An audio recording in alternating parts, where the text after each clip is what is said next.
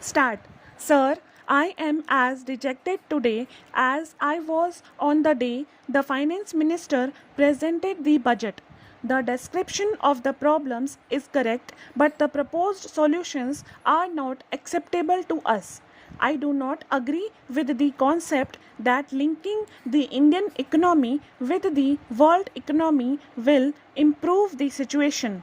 By world economy, we mean the combined economy of the G8 nations. These nations, taken together, account for 12% of the world's population and 70% of the world production. How can we compare the economy of poor countries like India with the economies of those nations when the per capita income in India is rupees 40,000 and the per capita income in USA is rupees 5 lakhs, and in the case of G8 it is between rupees 4 lakhs and rupees 5 lakhs. The needs of the Indian people are different from those of the people of America, Britain, and Japan.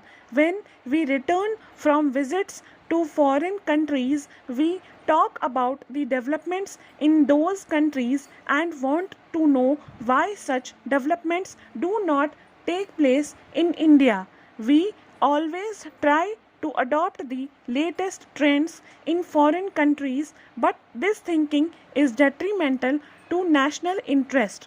Therefore, it is not possible for me to think the way the Honorable Minister of Finance thinks, nor do I agree to his views.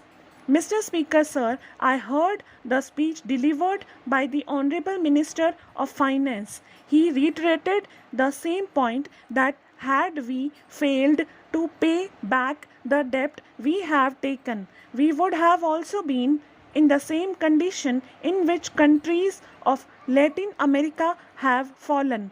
I share the concern of the Honorable Minister about Latin America, whose condition deteriorated because of their close link with international institutions like IMF, World Bank, and other financial institutions and multinationals. Therefore, Mr. Speaker, sir, I would like to tell the people of the country this stark reality that by getting this finance bill passed, the government is going to take the path which would lead to a dangerous situation and which will not be a different situation from the situation of political slavery of the country passed through for a long time unless corrective measures are taken against the implementation of this bill, especially when the country is in a very bad shape.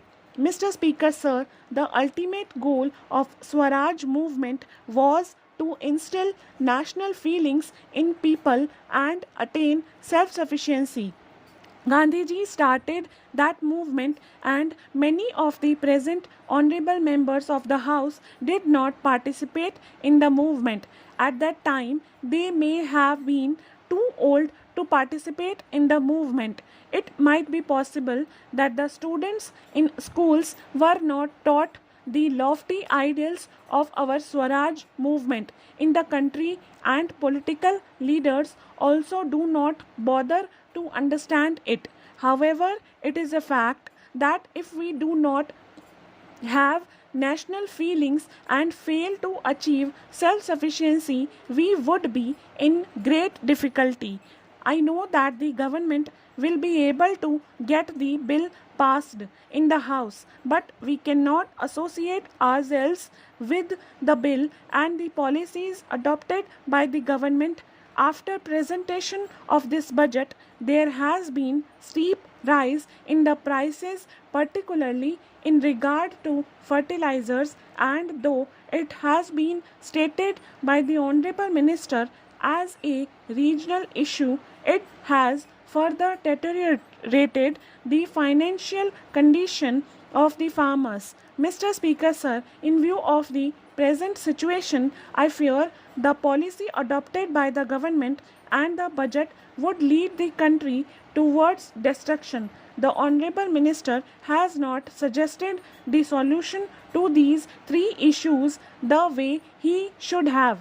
When Mir Jafar allowed East India Company to do business in India, he did not visualize the political ramifications of it. He thought that it was just a trading company. A senior minister in the Indian cabinet had stated in America that the government of India would invite American investment, though ultimately he did not succeed in getting it done. But the policy the Honorable Minister of Finance proposes to implement seems to be very dangerous. I am more disappointed because such a great politician like Sri Advani also praised it. Would it be possible even for such capitalists as Tata and Birla, whom we accuse of imbalancing the Indian economy, to compete with Rockefeller and Ford? It is a sign of danger for our economy and also for the capitalist system. The industrialists who fail to understand the motive of this bill will have to repent and face the consequences afterwards. There are a number of banks in our country. The Honorable Minister of Finance has been the head of these banks. When nationalization policy was implemented, there were 14 banks. At present, various branches of banks are working in every area and the government have to bear heavy expenditure. Would it not be in the interest of the country that all the banks should be unified? Stop.